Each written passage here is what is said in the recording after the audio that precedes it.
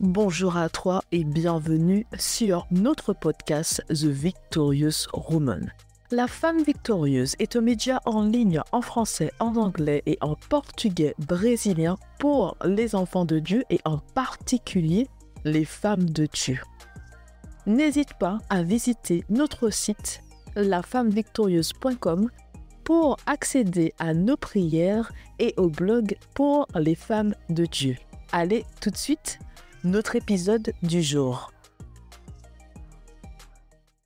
Coucou femme victorieuse, j'espère que tu vas bien. Moi c'est Oriane.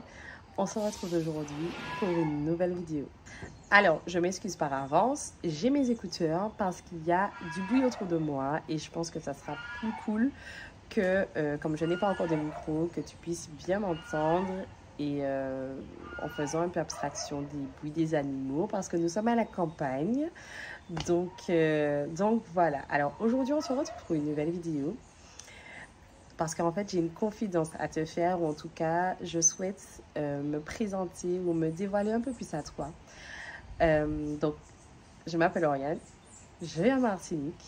Si tu as vu ma vidéo de présentation, tu le sais déjà.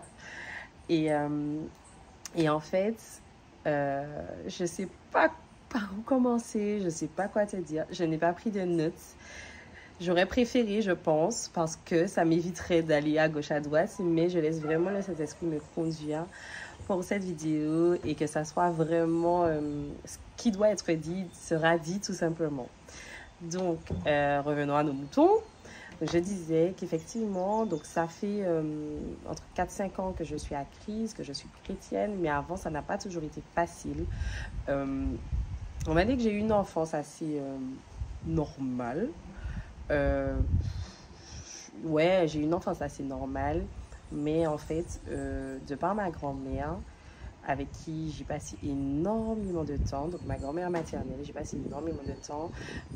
Elle m'emmenait à l'école quand j'étais petite, en maternelle. Je passais vraiment beaucoup de temps avec elle. Et en fait, c'est avec elle que j'ai pu découvrir... Alors, je vais juste dire découvrir la religion. On va commencer par là, parce que vraiment, c'est elle qui a voulu que j'aille au catéchisme. C'est elle qui insistait pour que tous les dimanches, qu'on aille à l'église. Tous les dimanches. Je devais aller à l'église. Il fallait que j'aille au catéchisme le mercredi. Il fallait qu'elle s'assure que je sois bien inscrite au catéchisme, que j'avais bien retenu. Non, vraiment, ma grand-mère, elle était... Je crois pas qu'on ait eu à lire la Bible ensemble. Non, je crois pas. Mais en tout cas, c'est pour ça que je dis que c'est vraiment elle qui m'a permis de découvrir la religion. Et en fait, en vrai, j'aimais ça. J'aimais aller au caté. Je kiffais ça. Je kiffais apprendre de nouvelles choses. Je kiffais, en fait, découvrir. Parce qu'au catéchisme, on apprenait vraiment... Enfin, après, c'était peut-être des doctrines, mais on apprenait, en fait, c'est là que je découvrais la Bible, ce que disait la Bible, qui était Jésus, ce qu'il faisait, etc., etc. Bon, plus le Nouveau Testament. Mais en fait, ça m'a vraiment permis d'avoir, entre guillemets, un pied à l'étrier. Donc, j'ai grandi un peu comme ça. Bon, petite anecdote. Quand je devais faire ma communion, bon, rien à voir avec le thème peut-être, mais quand je devais faire ma communion, j'ai fait ma communion. Je crois que c'est un fait marquant avec la varicelle. Oui, j'avais la varicelle et il fallait absolument que je fasse ma communion. Il était hors de question qu'on puisse annuler quoi que ce soit. Donc, j'ai fait ma première communion avec la varicelle. Très jolie, tout ça, tout ça. Bref, passons. Petite anecdote du jour. Et donc, du coup, voilà. En fait, j'ai grandi malgré le fait que... Mais du coup, j'étais un peu moins... En grandissant, j'étais un peu moins souvent avec ma grand-mère. Mais je gardais toujours le rythme d'aller au catéchisme. Comme je disais, j'aimais vraiment ça. Je pense que je n'étais pas très appréciée quand j'étais au catéchisme un peu plus grande. Donc, je devais avoir peut-être, allez, 11 ans. Parce que je posais des questions comme ça. Je posais tellement de questions. En fait, je voulais vraiment comprendre là de qui vous me parlez. Mais oui, mais pourquoi en fait c'est écrit ça dans la Bible et vous dites qu'il faut pratiquer pratiquer ce qui est écrit dans la Bible, mais vous ne faites pas. Mais pourquoi? En fait, je voyais des désaccords. Et en fait, faut savoir que j'ai été dans un collège adventiste. Donc, imaginez le truc. Collège adventiste, aller au catéchisme, en fait, et sans compter, bon, la famille, enfin, l'éducation. Donc, il y avait trois choses là qui se battaient. Oui, mais je comprends pas pourquoi. Eux, ils disent qu'il faut pas manger de viande de cochon. Mais en même temps, eux, ils disent que c'est... Ah non, c'était n'importe quoi. Donc, je posais des questions énormément. Je posais énormément de questions parce qu'en fait, je pense que j'avais déjà cette soif-là de pouvoir connaître Dieu. Je pense que j'avais déjà... Alors que certains, en fait, ils venaient juste au quartier, juste pour s'amuser, rencontrer des potes, faire des dîners, tout ça. Moi, j'étais, non, mais madame, vous avez donné cet exercice-là, on n'a pas... Oui, parce qu'on donnait des exercices, on les a pas fait, etc., etc. Donc, du coup, j'étais vraiment dans cette dynamique-là. Mais en fait, c'est que j'aimais ça. Et en fait, quand j'aime quelque chose, ben, je me donne à fond, je fais des recherches, j'essaie de comprendre. Bon, en l'occurrence, là, il n'y avait pas Internet, il n'y avait pas tout ça, et je n'avais pas la capacité de faire des recherches par moi-même. Il n'y avait pas de vidéo YouTube. Etc., etc. Du coup, ben, la seule personne à qui je pouvais vraiment poser des questions, c'était la personne qui faisait le catéchisme et ma grand-mère. Bon, ma grand-mère n'avait pas forcément toutes les questions, mais elle me disait, ben, tu demanderas à la dame qui te fait le caté, etc., etc. Donc, j'ai grandi dans cette dynamique-là. Et ben, en fait, en grandissant, l'adolescence, etc., ben, c'est vrai que je n'avais pas, comme j'ai dit, j'ai connu la religion, mais je n'avais pas je n'avais pas, je sais pas si j'avais la foi en fait. Je sais pas si je croyais que Dieu existait, je croyais en Jésus, mais je sais pas si j'avais une foi solide. Je sais pas si j'étais ancrée dans la parole de Dieu et je pense pas. Et en fait, il s'est passé pas mal de choses quand j'étais au lycée. Donc la période du lycée a été très dure pour moi. Je pense qu'il y a des gens qui ont vécu vraiment pire, mais en tout cas, je parle de mon ressenti. Et ça a été compliqué parce qu'en même temps que je me recherchais, donc je sors d'un collège adventiste privé, je vais dans un lycée public. C'est vrai que dans le collège, ben, on faisait le culte. Enfin, il y avait quand même une atmosphère particulière qui appelait quand même à la présence de Dieu, qui appelait quand même à, en tout cas, chercher Dieu ou à passer du temps avec Dieu, chose que je faisais pas forcément, mais au moins le matin on priait. Il y avait des semaines dédiées où pendant toute la semaine, ben, avant de commencer les cours, on passait un moment dans la louange, dans l'exhortation, etc., etc. Et en fait, après, passer au lycée, c'était un peu comme si, je sais pas, j'étais un peu... J'aimais bien mes petites habitudes au collège et là, un peu livrée à moi-même. C'était pas un très grand lycée, mais un peu livrée à moi-même et face au monde. Voilà, c'est surtout ça. Tu passes d'un petit collège à un grand lycée. C'était pas un très grand lycée, mais il y avait quand même plus de monde qu'au collège. Et en fait, voilà, tu es livré à toi-même. Tu dois apprendre à faire. Les autres personnes se connaissent déjà. Enfin, voilà, c'était assez particulier. Donc, c'est vrai que j'ai... la période du lycée était assez compliquée. En plus, je me cherchais. Forcément, en adolescence, on se cherche. Donc, je me suis attachée à quelqu'un, un jeune homme. Je me suis attachée à un jeune homme parce que pour moi, enfin, je cherchais vraiment l'amour, le vrai amour. Je sais pas, je cherchais l'affection, je cherchais la tendresse, je cherchais tout ça. Et ben voilà, ça s'est pas très bien passé. Et ben voilà, pendant la période du lycée, c'était très compliqué. J'ai eu pas mal d'épreuves. Pour ceux qui ont pu lire sur le vlog justement de la femme victorieuse, une partie de mon témoignage sur ce qui m'est arrivé quand j'étais au lycée. Donc les abus, etc. C'était pas forcément évident. Euh, mais en fait, c'est comme si, au fond de moi, je savais que Dieu existait. Je savais que Dieu était là. Mais je ne savais pas comment faire pour vivre la gloire de Dieu. Je ne savais pas comment faire pour vivre la présence de Dieu et témoigner de cela. Donc, c'est vrai que bon, j'ai commencé à fumer, j'ai commencé à boire de l'alcool, j'ai commencé à faire des choses que le monde banalise, mais ce ne sont pas de bonnes choses en fait. Donc, je me suis vraiment éloignée de Dieu. Bien que, et d'ailleurs, je crois que je l'ai dit dans mon témoignage sur le vlog, quand je passais mon bac, quand je passais mon bac, c'était compliqué au début parce que j'étais dans l'incapacité de pouvoir réviser. Je n'arrivais pas du tout à réviser en fait, mais c'était compliqué. Je n'arrivais pas à réviser et 2 semaines avant, j'ai essayé de faire comme je pouvais parce que ben, l'échéance arrive, quoi. Il faut pouvoir travailler.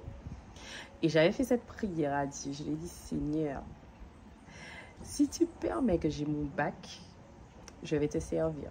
Je vais faire tout ce que tu me demandes de faire. Tu sais, les gens de prière, voilà.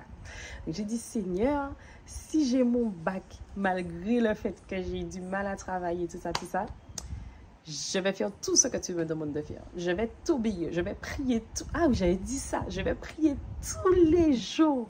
Je vais prier, etc. Bon, j'ai eu mon bac. Et j'ai eu mon bac avec 10,00. Là, je me suis dit, si c'est pas Dieu, c'est qui? Parce qu'en vrai, comme je disais, j'étais dans la... En fait, en soi, j'étais bonne à l'école. Hein. J'étais pas une mauvaise élève, j'étais bonne à l'école. Mais vraiment, pour le bac, je n'arrivais pas à réviser. Je n'arrivais pas du tout. Et moi, franchement, c'est la grâce de Dieu. Donc, mais je n'ai jamais tenu cette promesse, en fait. Je n'ai jamais tenu cette promesse. Je pense qu'aujourd'hui, je la tiens. On y est. Mais avant, quand j'ai eu mon bac, c'est bon. Merci Seigneur, Dieu existe, tout ça. Et après, on recommence à travailler, en fait. Après, c'est ça, en fait, c'est que je ne connaissais pas Dieu. Je connaissais pas Dieu, en fait. Je connaissais une religion, mais je ne connaissais pas Dieu. Par la suite, j'ai fait un BTS. Donc, rentré au BTS, les choses ne vont pas mieux. En tout cas, je suis toujours à la recherche de cette affection. Je commence de plus en plus à être quelqu'un de dépendante affectivement. Donc, j'ai du mal à rester toute seule. J'ai du mal à... Ouais, c'est ça en fait. J'avais vraiment du mal à rester toute seule. Il me fallait être entourée. Il fallait que j'ai l'impression que je reçois de l'amour, alors que moi, de mon côté, j'en avais énormément à donner. Donc, j'avais beaucoup d'amour à donner et que je donnais, mais il fallait aussi que moi, j'en puisse en recevoir, peut-être. Et en fait, tout ce que je recevais parfois de la mauvaise manière, etc., mais c'est pas grave. Le plus important, c'est que je puisse en recevoir. Donc, j'ai continué comme ça. J'ai commencé justement à déclencher des crises de spasmophilie quand j'avais vraiment l'impression que en fait je paniquais par rapport au fait que soit je me retrouve seule, soit je devais faire face à une situation. Donc j'ai commencé vraiment à déclencher des crises de spasmophilie quand j'étais en BTS.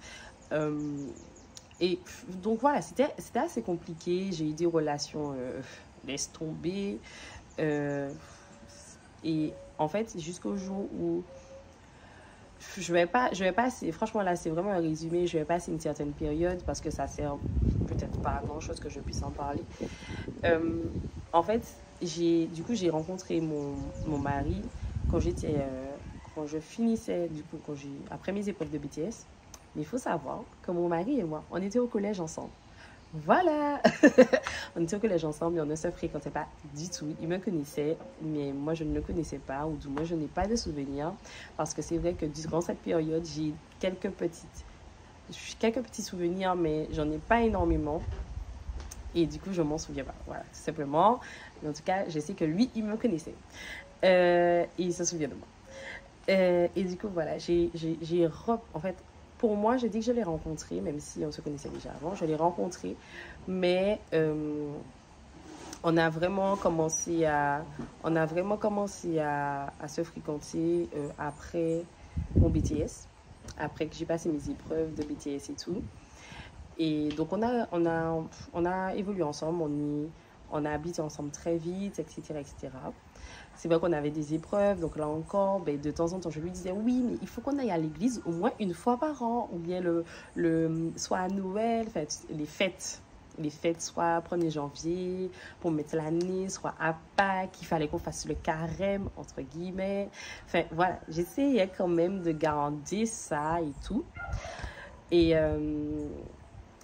Et en fait, il s'est avéré que, il y a quelques années de cela, donc il y a 4-5 ans, on a eu vraiment des problèmes de couple. Voilà, on a eu des problèmes de couple. Et en fait, je suis arrivée à un stade où, en fait, la seule personne qui pouvait faire quelque chose, c'était Dieu. Mais avant tout ça, En fait, j'ai commencé à travailler, j'ai eu un nouvel emploi et vraiment, c'est Dieu qui m'a placé là où il m'a placé. C'est Dieu qui a fait que j'étais là et en fait, quand j'ai été embauchée, dans cet organisme, j'ai fait la rencontre de quelqu'un elle m'a permis en fait de pouvoir voir les choses autrement.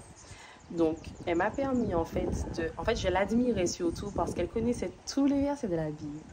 En fait, je ne sais pas si elle connaissait vraiment tous les versets de la Bible, mais à chaque fois que je lui parlais, elle me sortait un verset. Elle me dit, oui, mais tu sais, dans la Bible, tu sais écrit ça, nanana, verset tant, nanana. Et je l'admirais, je disais, mais waouh, comment elle fait pour connaître les versets de la Bible comme ça et tout. Et en fait, je l'admirais et je prenais plaisir à l'écouter, je prenais plaisir à ce qu'elle puisse presque m'enseigner. Et en fait, je pense que Dieu l'a utilisé pour me rappeler à lui, pour m'appeler, parce que je le connaissais, mais je le connaissais, ou j'avais entendu parler de lui, mais je ne le connaissais pas. Voilà. Et en fait, Dieu l'a utilisé pour vraiment me ramener à lui. Donc, pendant une période, j'étais dans cet organisme-là. Et ce qui s'est passé, c'est que ça a été un enchaînement. C'est-à-dire que j'ai eu des problèmes de couple. Ça a été très dur.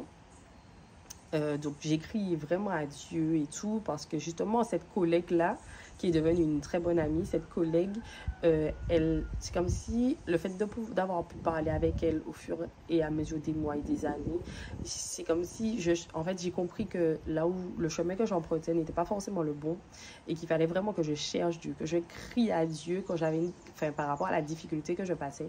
Donc je me souviens, j'ai été à l'église, pour ceux qui connaissent la Martinique, j'ai été à l'église de Balata. C'était en mois d'avril, j'étais à l'église de Balata et j'ai crié à Dieu. Je pense que j'étais non, il y avait une ou deux personnes dans l'église et j'ai crié, c'est vraiment le cas de le dire, j'ai crié à Dieu, je pleurais, j'avais de la morve, oh c'est pas joli à dire, hein, mais c'est pas grave, j'avais de la morve dans le nez et en l'occurrence là, je me suis vraiment livrée à Dieu parce qu'en fait, j'ai compris que c'était la seule personne qui pouvait m'aider et vraiment j'ai fait cette prière, j'ai dit Seigneur, là, c'est toi qui dois me faire quelque chose, c'est toi qui dois me venir en aide parce que je ne peux plus en fait, c'était soit tu intervenais, soit en fait je m'étais fait à ma vie. Clairement, j'étais arrivée à ce stade-là. Il faut savoir qu'avant, quand j'étais au lycée, j'ai fait des tentatives de suicide justement parce que j'en pouvais plus en fait. J'en pouvais plus de certaines situations, des situations qui j'estimais que je n'avais plus la capacité de pouvoir les surmonter, etc. Et là, en fait, quand j'étais dans l'église, j'ai dit, Seigneur, en fait, là, si tu n'interviens pas, j'ai plus rien à faire ici, j'ai plus rien à faire ici. Je peux plus, c'est plus à peine, en fait, pour moi de vivre. Et après ça, je suis rentrée chez moi, mais j'étais pas bien, j'étais vraiment pas bien. Et en fait, Dieu a répondu à mes prières. Je lui avais demandé exactement certaines choses, de me conduire spécifiquement vis-à-vis de certaines choses. Et il a vraiment répondu à mes prières. Et en fait, ça s'est passé en avril.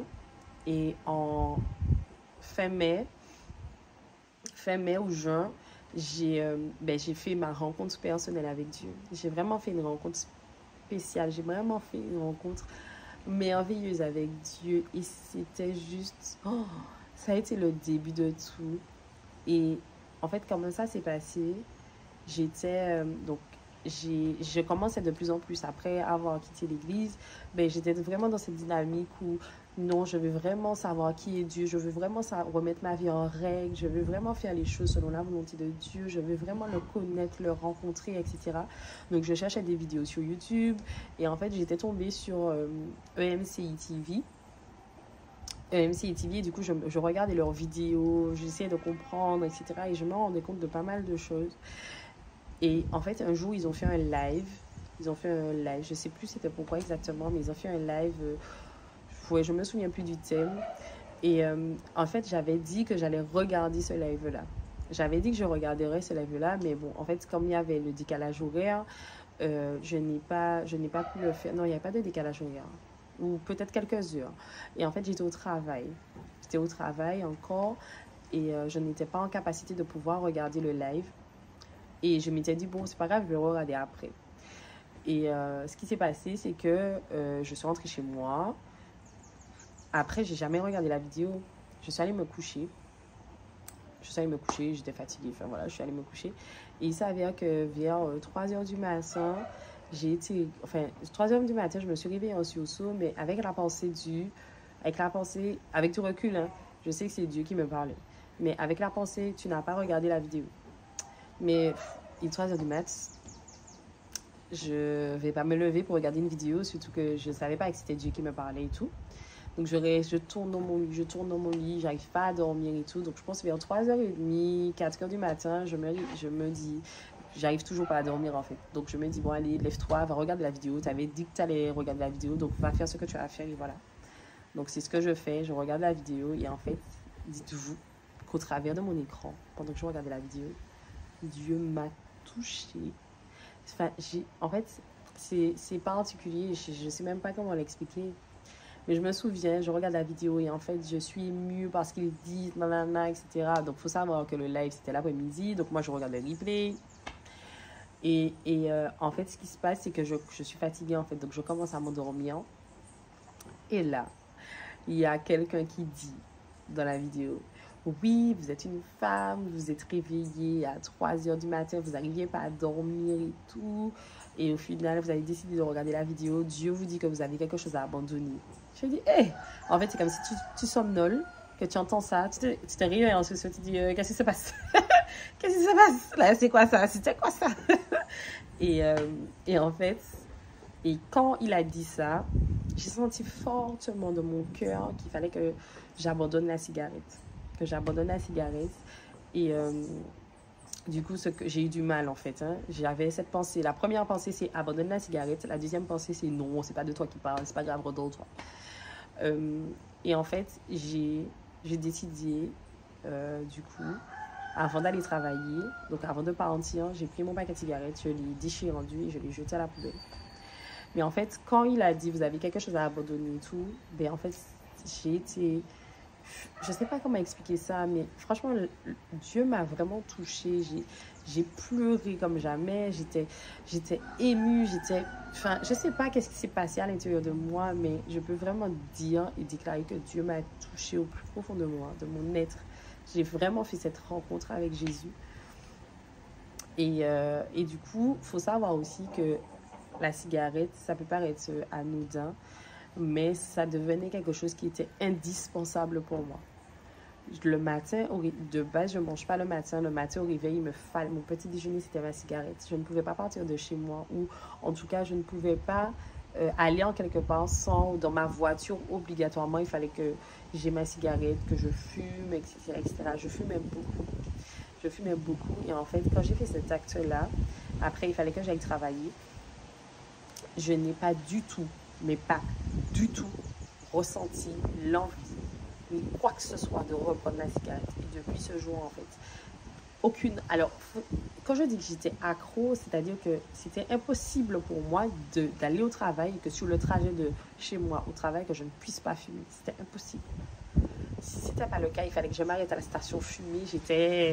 Voilà, je fumais. Et là, aucune envie, rien. Mais en fait, j'étais juste dans cette disposition. J'étais juste en Seigneur, je te cherche, Seigneur, je veux faire ta volonté, Seigneur, je veux faire ce que tu veux me faire. J'étais remplie de... En fait, je ne sais pas comment expliquer ça. Et limite, quand j'étais arrivée au travail, j'avais plus envie de travailler. J'avais juste envie de passer du temps avec Dieu. Tout simplement, j'ai appelé ma collègue. J'ai dit, oui, je veux rester au travail. Je veux rester avec Dieu. Je disais à ma collègue, je vais rester avec Dieu et tout. Et vraiment, je voulais vraiment savourer ce moment. C'était quelque chose de tellement particulier. Et en fait, ce jour-là a changé tout le reste de ma vie. Voilà. Il a vraiment changé tout le reste de ma vie. J'ai vu les choses autrement. Donc, j'ai continué à aller plus loin, à vouloir le chercher.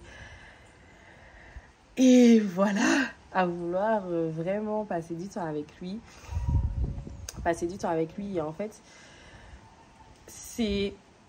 j'aurai le temps encore de vous raconter, peut-être dans une deuxième vidéo, peut-être, la prochaine. Je sais pas, on verra. Mais vraiment, aujourd'hui, je suis la fondatrice de l'association Sororité.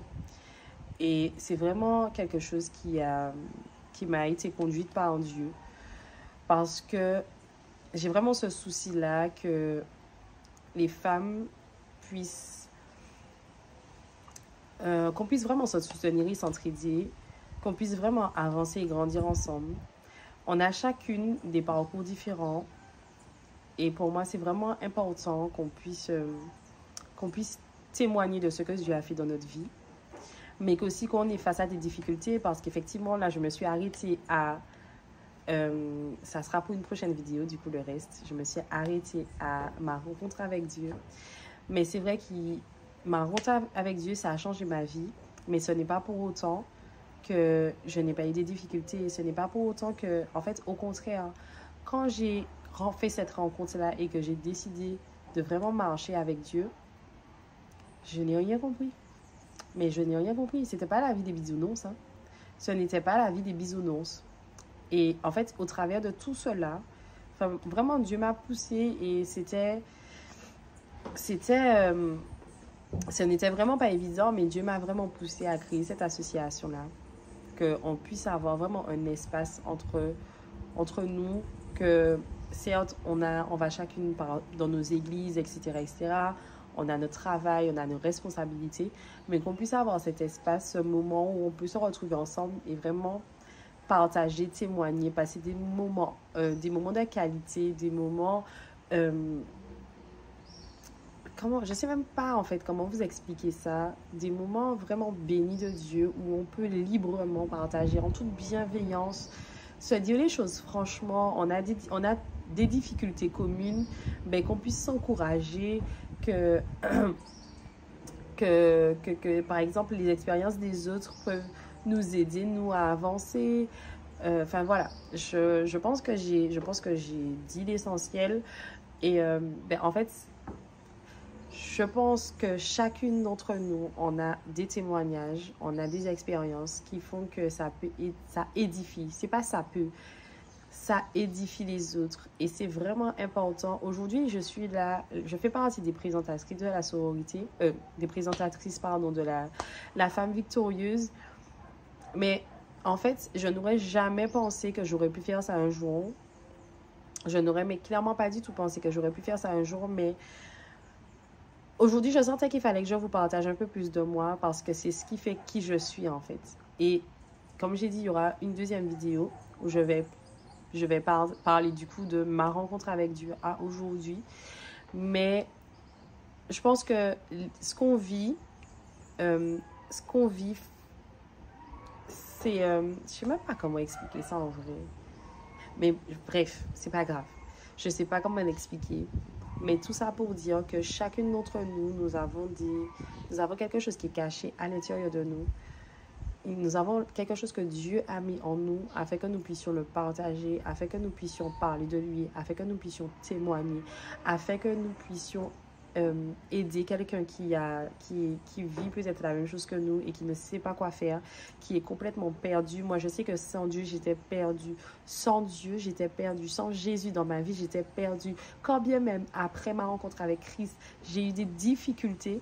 En fait, pour rien, jamais je ne voudrais revenir en arrière, me dire que... bon, c'est pas grave, j'ai trop de difficultés, on abandonne, c'est pas grave, on revient en arrière. Non, parce que je sais de là où Dieu m'a sorti, je sais ce que j'avais en moi, je sais en fait tout ce que j'ai pu vivre et qui fait qu'aujourd'hui, je sais que Dieu m'a changé. Il y a un verset qui dit les choses anciennes sont passées, toutes choses sont devenues nouvelles. Ben oui, je sais que je suis une nouvelle créature en Christ et je sais que Dieu m'utilise, me façonne encore parce que je ne suis pas parfaite en fait.